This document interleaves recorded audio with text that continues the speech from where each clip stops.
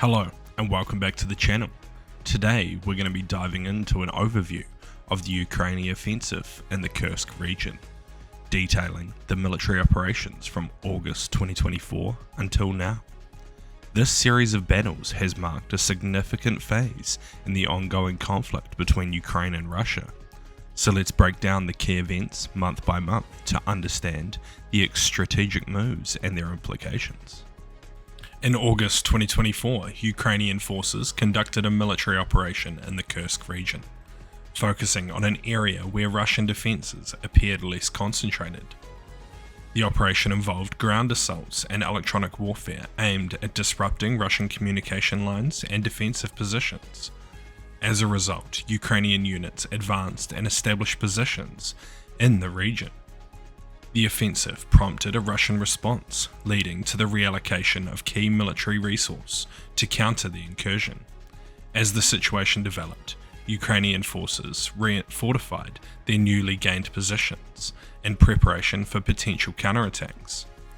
The operation in Kursk marked an attempt to alter the dynamics of the conflict by opening a new front and drawing Russian attention away from other areas. In September, the military engagement intensified in the region as Ukrainian forces aimed to push further into Russian-held areas, utilizing mechanized units for enhanced mobility and firepower. They succeeded in gaining territory in the northeast, but faced losses in the west and southeast. Both sides employed drones for reconnaissance and combat operations. Ukrainian drones targeted Russian troop movements and disrupted supply lines, while Russia focused on conducting precision strikes in response. Additionally, electronic warfare played a critical role, with Ukraine focusing on disrupting Russian communications. Despite capturing key positions, Ukrainian forces faced strong resistance and counterattacks, highlighting the challenges of sustaining an extended offensive in a modern warfare. By October, fighting in the Kursk region had intensified, with Ukrainian and Russian forces battling for control. The front lines shifted frequently, as both sides used artillery, tanks, drones, and air support to secure key settlements. Ukrainian forces lost ground in the west, while villages and towns changed hands due to tactical maneuvers. Electronic warfare was also significant, with Ukraine disrupting Russian communications and Russia using air power to hinder Ukrainian advances. Both sides increasingly relied on drones for reconnaissance and combat operations. During this time, the civilian population faced significant hardship, with ongoing clashes causing disruption and displacement. As October ended, neither side had achieved a decisive breakthrough, indicating a prolonged and complex conflict ahead. In November, the Ukrainian military revised its strategy in the Kursk region, focusing on consolidating control in the south to create a buffer zone, though this led to territorial losses in the southeast, north, and the west. The shift aimed to strengthen defences and disrupt Russian logistics through electronic warfare and coordinated attacks. Ukraine viewed this expanded buffer zone as beneficial for future military operations and for diplomatic influence. Additionally, North Korean troops joined combat operations in the Kursk region during this month, marking an emerging partnership with Russia and raising concerns about increased international involvement. In December, the conflict in the region intensified further, as Russian forces launched counterattacks aimed at reclaiming the territory. These operations involved heavy fighting, with Russia deploying artillery units, armour, and air support to challenge Ukraine's buffer zone. Despite the scale of the offensive, Russian forces made little territorial gains.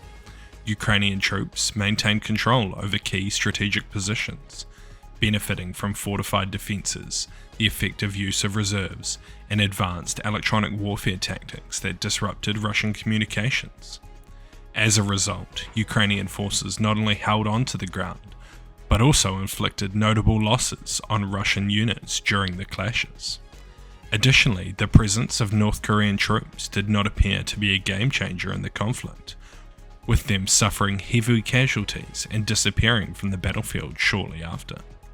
By January, Ukrainian forces had strengthened their control in the Kursk region and made territorial gains in the northeast.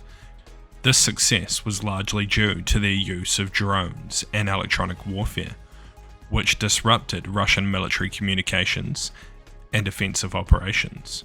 As a result, Ukrainian forces exploited weaknesses in Russian defences and advanced some of their front lines.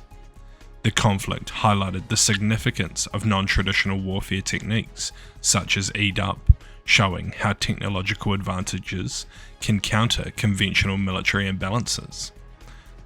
Then in February, the conflict saw Ukrainian forces secure several settlements northeast of Sudeta, consolidating their territorial positions despite continued Russian counterattacks.